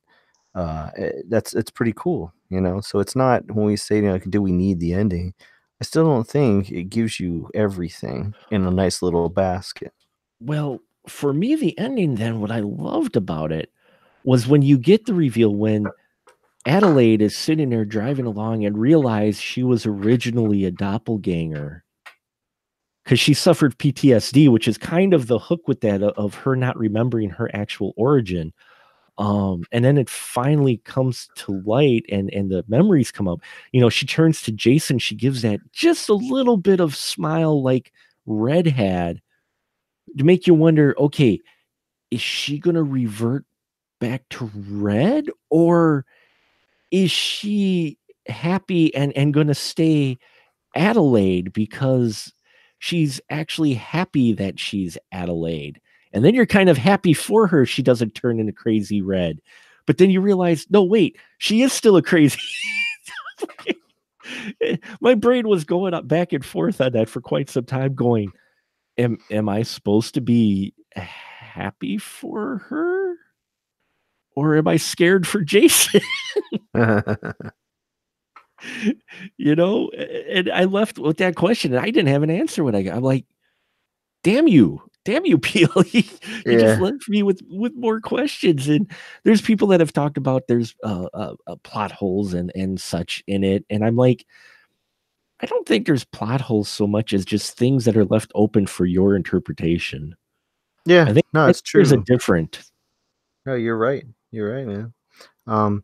Because like if it is addressing not just like class but capitalism, let's say, you know, Adelaide making her clawing her way out, you know, getting fucking, you know, that family's got a beach house, they got a nice car, you know, they can get a boat, they are clearly doing all right. And you know, and we see them talking about things like capitalism when we see how much Gabe, you know, how he is concerned with what his buddies got and shit, talking about that car, talking about that house, you know, all of that stuff. And so they address like, you know, that sort of thing. But you know, to have her at the end, you know, that question you got is like, well, what's she gonna do next? It's like, well, she worked to get the fuck out of there. Yeah. That's what a lot of people do. They work to get ahead and get where they want to be and get the things they want, that house, that car, that family. And you know, it's like it's the people that don't, you know, what we think about them or what we do with them. You know, talking about, oh, I had to eat rabbit, you know, I with all of this stuff. You could easily draw a lot of parallels to the class system and who benefits from it staying that way, and like how we like how like heroic we think it is, or how which the value that we put on those people that do claw their way to the top or do like the up by your bootstrap type of shit that we always hear people say. That's just something everybody just can do, you know, that whole attitude. And so, you know, my question was just like, well, how did she spend her whole life after she got out of there coming up with, you know, why didn't she fucking try to help all her people? Why did she just leave them there? You know, she went all in for herself. Do you, right? Well, yeah, she did. But at the age that she did it in, I mean, because she said she was special, which she was. She, unlike the other folks down there, the majority of them who were tethered basically zombies and didn't really fully think for themselves, she was special. And so she saw herself, I think, a little bit above all those folks down there, because she, even as a little girl, she's looking at it going, oh, hell, I'm aware and I've got a lot more control of my faculties than the rest of these folks, because she could act independently of her real world upstairs duplicate, unlike everybody else there. So I think she put herself above them. So when she switched, she was only thinking of herself, but then again, she was only like 8. So you're gonna have that kind of kid mentality to where she's not thinking of her people. She's like, hell, this I can do this, and screw all you guys down here. Yeah. But so by that turn though, what's Red thinking about the whole time? Red is coming up, you know, planning that whole uprising, man, plotting all that shit out. You know, was she mad about being left behind like that? Did nobody come for her? Her people didn't, you know, like she didn't know what was going on up there, right? Yeah, well, I mean, at her age too, she didn't know. All she knew was she was around these people that looked like, some of them looked like people she knew. Yeah. But, you know, that had to be freaky for her too at the beginning, you know, when she first met her parent equivalent. Yeah. But at a certain point in her life, she got to get a handle on what's happened, what did happen, why everything was. And, you know, using that anger, that vengeance, whatever. Oh yeah, vengeance just totally drove her entire motivation. Red, that was her single one. She didn't, you know, and in all honesty, I don't think she it's hard to say if she was actually motivated to help her people. I think they weren't really her people. So she was still using them as well for just getting revenge on the entire world that left her behind down below in a lower, for lack of a better term, and going along with what you're talking about, a lower class area, and just forgetting about her. Yeah. No, it comes up with so many things to where I just feel like you cannot, there is not a way to just be like, well, us means this, and what's happening means that, and this is what this is. And I know everybody's trying to either go like, oh, I figured it out, or they're going to be writing essays and blogs about what they think the meaning is, or people are going to be like, that doesn't mean shit, it's convoluted, it's just too many concepts, ideas rolling around, it's a fucking mess, Jordan Peele don't know what he's doing, all of that shit. I've seen those comments too. People are saying, oh, this sucks, this has got huge plot holes, doesn't make it. It's like, oh, there was this and this, and I'm like, oh, okay, that's what you got out of it. But yeah, no, but it's the thing is, man, they are talking about it as soon as they leave. Hang around outside when you go watch it. Hang around and listen to people while they walk out to the cars. Everybody is all chattering about it. Oh, they were when I left the theater. People were talking about it. They're like, oh, but you remember this part, and then they're like, yeah, but what about this? And it's I'm like, cool. That is so cool that you get a film like that, and we get to discuss like this. And it's a film, like you said, that, yeah, we'll get what Jordan eventually was going for with his commentary, but he made the film so you get something out. Everybody, you'll get something out. He's not holding your hand and saying, this is what you have to get out of it. It's no, here's my story. What you get out of it is up to you and your experiences and what you bring into it. Yeah, and what's funny is, like, with Get Out, people were like careful about hating on that movie because they didn't want to seem like they were racist. Well, because the topic was racist, and in this one, it's class. Right. But given that some of them are just going to miss that, I think now that they really, anytime that we build somebody up, people cannot wait to take them down, Oh, yeah. And plus, thinking of how much more racist people are just in the last 2 years since, or whatever it was since Get Out came out, they're much less afraid. And plus, if there's any sort of bad, they cannot wait to take this movie down, be it because they're motivated by being racist or just like a regular old hater that doesn't want to admit anybody young is a genius. Like, they cannot do that. They just will not let Jordan Peele have that. And, I could see maybe after like one movie being a fluke, but two, I mean, it's a bigger movie, bigger story, bigger production. He's got the mechanics of fear. There's so much going on. People just have a hard time admitting it, but listen to the Get Out commentary. At a certain point, before even Act 3 is over, Jordan Peele goes like this. You heard it or no? I haven't heard it yet, but go ahead. He goes like, good night, everybody, when he explains Get Out and all of his intentions and stuff. And it's a joke. We can't forget that Jordan Peele's background is in sketch comedy and mimicry, all of which have served him so well making this film. He goes like, this is probably the best script that I'll ever write, the best movie I'll ever make. I don't know if I could follow this up. You guys are going to have to give me some leeway with the next one, is what he says. I mean, the guy is, he's not thinking, oh, I got to reinvent the wheel every time, or I got to do Get Out every time. So, we have to, as a film fans and film going culture, we gotta dig what he is doing. We gotta see the big picture, which is that the black family, a dark-skinned black family, is being shown on screen in a horror movie and living through the fucking thing. Yeah, right? How about let's just look at that? Mm-hmm. It's groundbreaking just from existing. Yeah. Even if the movie good or bad, whatever, say what you want. Well, holy shit, man. People are going to this movie and seeing themselves on screen for once. Well, and horror fans. It's something that dawned on me while I was watching it. I'm like, this is awesome. Because let's face it, when you get an all African-American cast, it's usually in a comedy or it's in some heavy gangster drama. or a drama. But I mean, horror films, like you said, you don't get a cast like this as the main characters, as much less the main characters who live. For this genre, this is amazing that they took this direction, and it was great to see. I loved it, because it was something I thought about. Like, you know what? Usually you kind of see, an all African American cast in comedies, at least recently.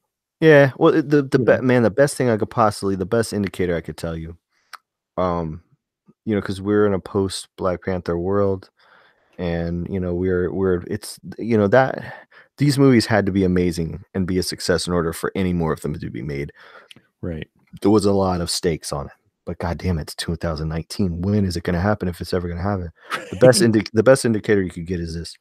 Before the screening I saw on Friday night, the theater I see them at is doing this thing they do periodically called flashback cinema. And I don't know if this is a chain thing or if it's something, but it's like they show a lot of what they call classics, a series of classics, right? Flashback is a thing where you're at. They called it Way Back Wednesdays. There's other Marcus Theater locally, well, not locally, but in Wisconsin, they do a thing to where it's like a Throwback Thursday or whatnot, to where they play classics. That's how I got to see Batman again on the big screen. Okay, well, so what I'm saying. Okay, this theater I was at has cut a trailer for this thing. So it's showing like all the different films in the series that they're going to show, all the classics, and they cut this little trailer of pieces of all these movies. But 90% white faces on the screen. Yep. And you're like, this is the classics. This is cinema. And then Us plays. You're like, shit. Yeah. Right? If this does not tell you something, you are just ignorant. I got nothing to say to you, man. I mean, we got to reckon with not just like what could possibly be being implicated in the context of Get Out about the past of America, the history of America, and the things we don't want to own up to, what happened, and the way we treat other human beings. That you can get into or not. You can just go to Us and have a good time. But yeah, you got to look at what Jordan Peele is doing in the history of film, and either you got a problem with what he's doing because you cannot accept what he is doing, or just go on and admit that this is revolutionary, this is historic, and we're seeing history being made, and that is the truth of it. No matter what you want to say, that is the truth of it. It is the truth, because you have the characters you do, but they're written not like you might have expected to, given past history of cinema, in that they aren't playing up to any tropes or stereotypes.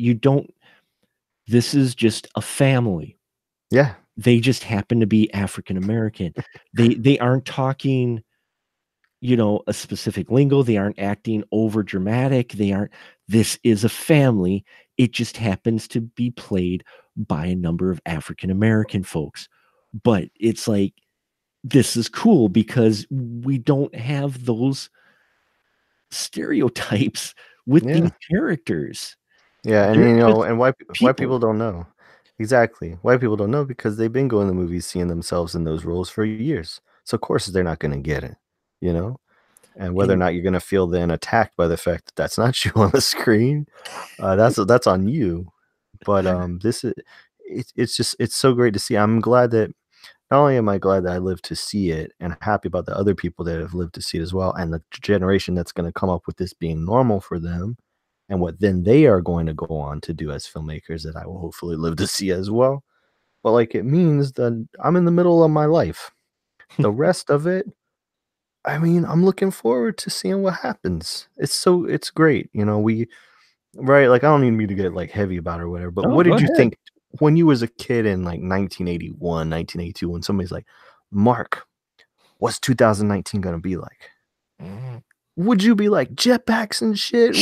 Oh, hell yeah. We're going to have flying cars and, everybody's going to be living in nice houses and space. We're going to have space travel and other worlds. There's going to be, civilization on the moon. And Oh, hell yeah.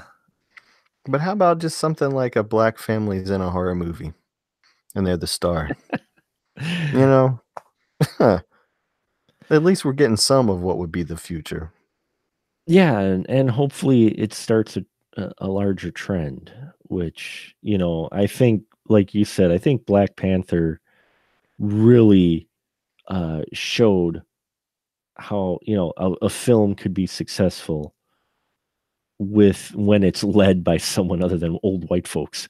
Oh yeah, yeah. Acknowledging the fact that more than one type of person goes to the movies, yeah, or exists. Period. Movies or not, or exists. Period. Yeah, yeah. No, you know, and with us, it's like it's a solid movie.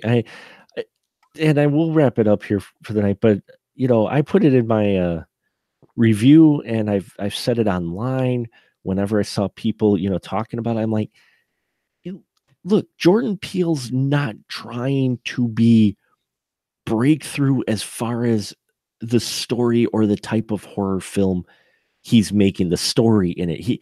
I'm like, he's not trying to reinvent horror, but he is reminding us why we love the horror genre with the way he put us together. I'm watching this going, man, I miss this type of horror. We don't have ghosts. We don't have jump scares, but this is still a horror movie. This is not a thriller. This is still a horror movie.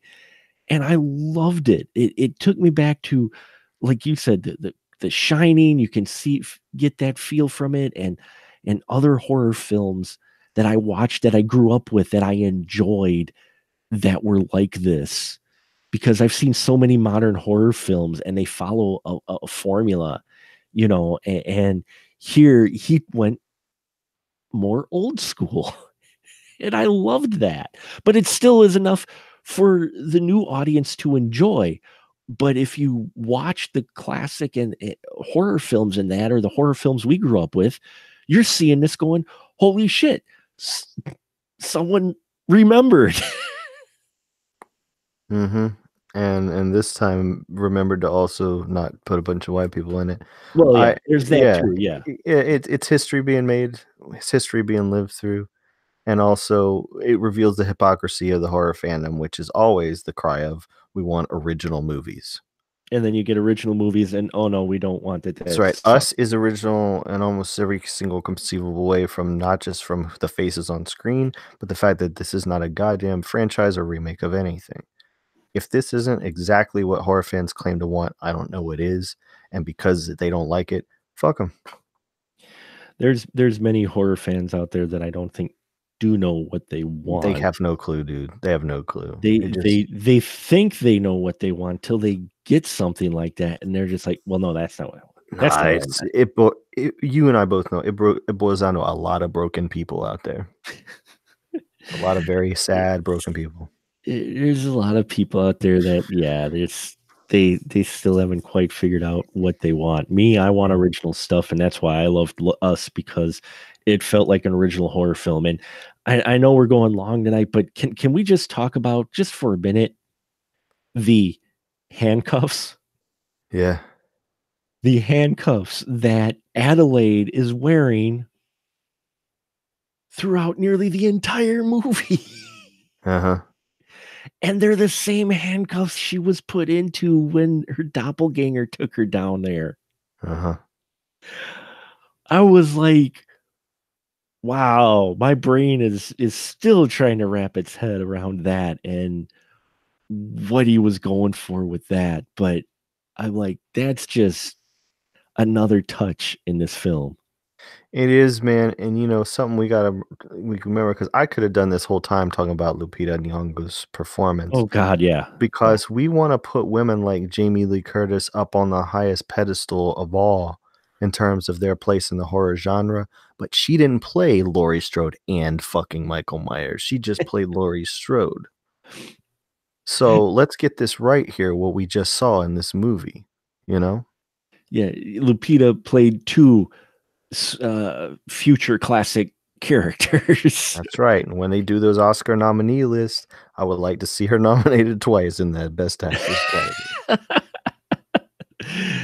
Unfortunately, as was shown by what happened with Hereditary, it's a horror film, so good luck with it actually being acknowledged by the Academy.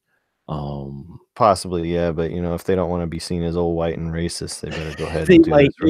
They might do it just at least for that, but it deserves it in its own right. Don't get us wrong, folks. But Absolutely. I'm just saying, history in the Academy,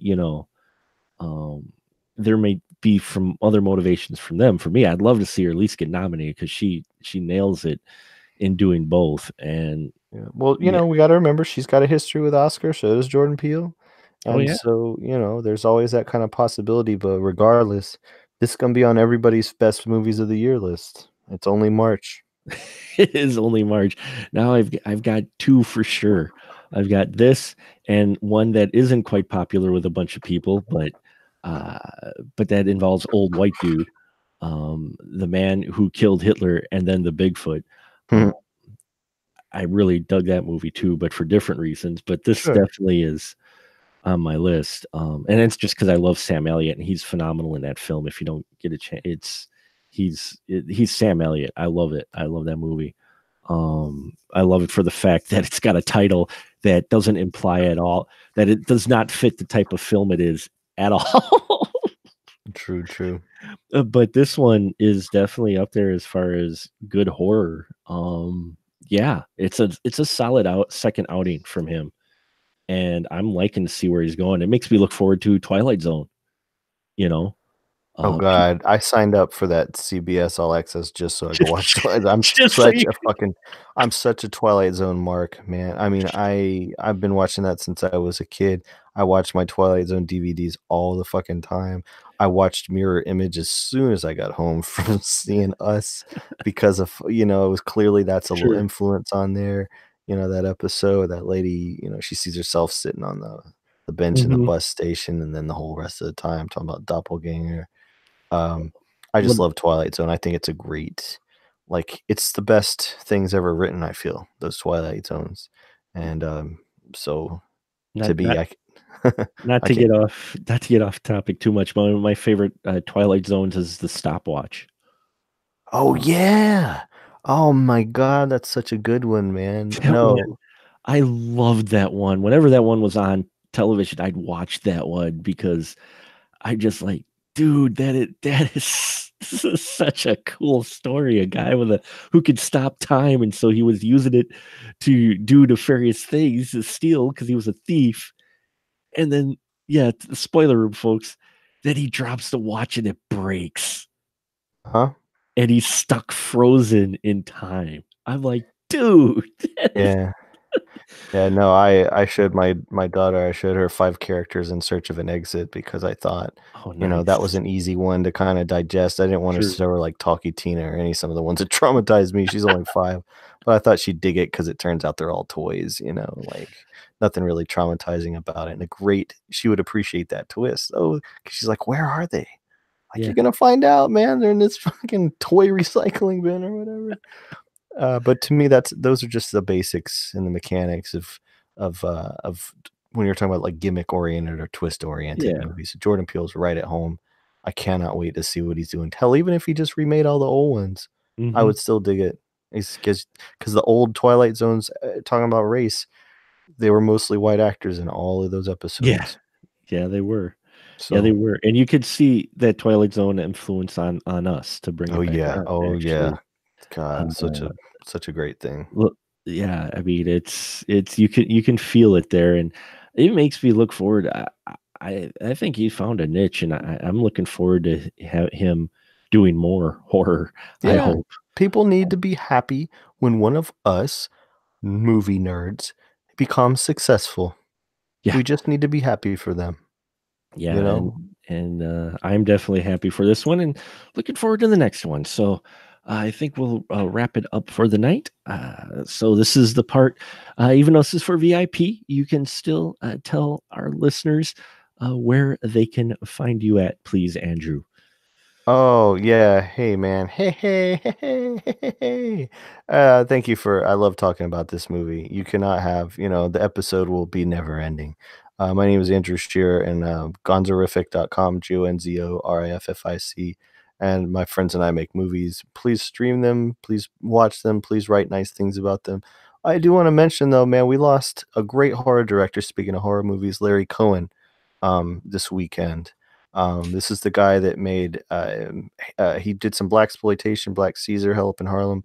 Horror fans know him from doing the It's Alive movies, God Told Me To, Cue the Winged Serpent, The Stuff, right? Yeah, he made so many good movies, and there's that great documentary about him, King Cohen, that just came out last year. So yeah, all horror fans, man, respect where the genre came from, and look into that. We lost John Beekler not too long ago, too. Great special effects artist. So, when we talk about Jordan Peele and just going ahead and admitting that he's great and letting him do his thing, we lost Wes Craven, we lost George Romero. These guys are gone, but what type of horror they were making needs to live on. And if you think that, Annabelle 3 is how that horror lives on, you're fucked up. Fucking Annabelle 3. I mean, right? It's good for it's got its place. I'm not saying that's not horror, but there's nothing wrong with it. But no, But you're going to age out of that horror. The kids that are going to go see Annabelle or rent it for their slumber parties, they get older. They just be like, "Oh man, Annabelle," and they're going to laugh at it. But something like this, this shit is going to be in film class. Us is going to be in film class. Oh, definitely, right next to Get Out. It will. There's first semester and second semester right there. Yeah, Get Out, I think, is already part of curriculum. So I wouldn't doubt it. So, yeah, man, I got a chance to watch the King Cohen documentary and actually reviewed it for my channel. So that was a great documentary, and it was. And he seemed like such a like his head on straight kind of guy. Well, and it just blew me away that documentary showed how often, how much he kept writing. Like he just would write. He had to write, and so yeah, it was a loss, and it was kind of a surprise out of the blue that happened. But at least we have his movies to live on, just like with us. It's going to be around for a long time. So there you have it, folks. Thank you for listening, my VIPs. I appreciate your support.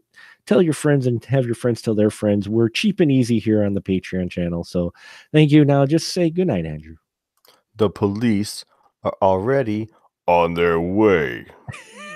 Fuck the police. Fuck the police. Fuck the police. Oh, dude, man, when they pulled that track out, I'm like, oh, hell no. Yeah, no, every podcast you should start once upon a time. Oh my god. I might have to start to that. Maybe work on a new intro for the show. Well, thank you, sir. I appreciate you jumping in, even if it was a little late. So, oh no, and you and Lamont kind of had to cut it short, so I'm like right in there. You didn't have to stop your train of thought. You got some of him, some of me. You can rearrange him to where I think you've had it before in some episodes, or somebody to drop off. You drop them in the end. I'll edit around it a bit. A little extra finesse, but it'll work out. With it being a VIP episode, I played a little bit looser as far as some of the editing. So you can just throw it up like it is then. Yeah, pretty much. So I trim it up a little bit, but not a lot. But yeah, I do the VIP thing. Eventually it'd probably go away, but I'm still doing it right now and seeing where it goes. So but man, it's up to you. You said not long ago, you're talking about, having some people, asking some of them to dip out of that episode, the rabbit episode or whatever. And you said something to Car, you're like, I'm the producer. Like, you're fucking A right, you're the producer. Run your shit, man. Come on. Yeah, I did. I just make a producer decision. Yeah, no, you're in. And David understood. So now I'm just seeing if Dawn's going to see if she can make it, because if she can, I can get the three ladies back for Rabid, which I think is a great follow-up to the Shivers episode. So it is, man, and that's what I was saying, man, that you kind of need them I think when we talked about Crimes of the Future, I mentioned that some of those movies I saw as little bitty trilogies, you know. Yeah. It would be cool to have those same people. Any female-centric story, you should probably have a woman talking about it to get that perspective. Oh, absolutely. And yeah, I feel bad because that's just the guy I am, I guess. I hope I never come off as being a douche or a dick or anything, but the David guy, he's just a guy that he's not meshing well on those few episodes that he's been on with other folks, and so I'm just trying to figure out how I can either work him into the episode or how what type of episode maybe he'd be a better fit in, or maybe just not have him on anymore. And I feel bad asking that, but is his audio quality shitty? Well, usually what he was recording on in the past, he was recording on Wednesdays, which was at his parents', and his parents' computer was crap, and so he was always having issues. Mm-hmm. And so I told him that. I'm like, dude, you're constantly having audio issues. And then on the Birds episode, I realized that at least, and then I listened to a previous episode before that with him on and a couple others and realized it felt as if he was just waiting around to say what he wanted to say rather than possibly engaging in what others were saying. If that makes sense. No, it does, man, because that means they're not listening. Because it happened on the Birds because it was just him and I, mano y mano, which I love doing those ones like with you and Dawn, and those are great, and they are different than when there's a couple other people or whatnot. And so I did the Birds with just him, and what kind of got me, and again, I'm trying to just not sound like a douche or anything, but what got me was we were talking, and I brought up a couple of trivia bits that I had read up on early in the podcast. Like 20 minutes later, he brings up those exact bits almost word for word. So I'm saying he was just waiting to talk. He wasn't listening to you. Right. And that's the impression I got across that and through that entire episode was the fact that he was just waiting until I was done talking so he could say what he wanted to say. Yeah. Rather than kind of engage. And I think part of it is because he leads his own podcast. But but a good host can start that conversation and keep a conversation because that's what you do. And I've learned a lot from just observing how you run it like that. You're really good at it. It's a conversation you're having with 2-3 people. It's your turn, ripcord, start, stop. Yeah. And so it just doesn't seem to be gelling, but I'm trying to figure out how to either approach him on that, or that's why he hasn't been on as many episodes, but it's just I'm trying to figure out how to say, hey man, who is he? He's a reviewer out of Milwaukee.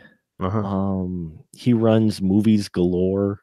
It's a blog and a website, and well, not a website, it's a blog, and he's got his own podcast too, the Movies Galore, and he says he drops that he's a producer of a lot of movies, and in the sense that he has contributed money to a lot of people's Kickstarters, and gotten the producer credit.